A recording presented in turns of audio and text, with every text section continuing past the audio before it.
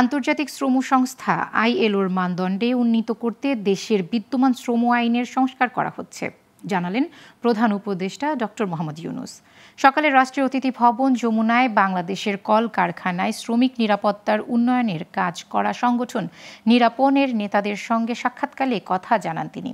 প্রধান উপদেষ্টা বলেন, দেশের শ্রম আইনকে আইএলওর মানদণ্ডে নিয়ে যাওয়ার জন্য গুরুত্বপূর্ণ শ্রম সংস্কার বাস্তবায়নে প্রতিশ্রুতিবদ্ধ অন্তর্বর্তী সরকার।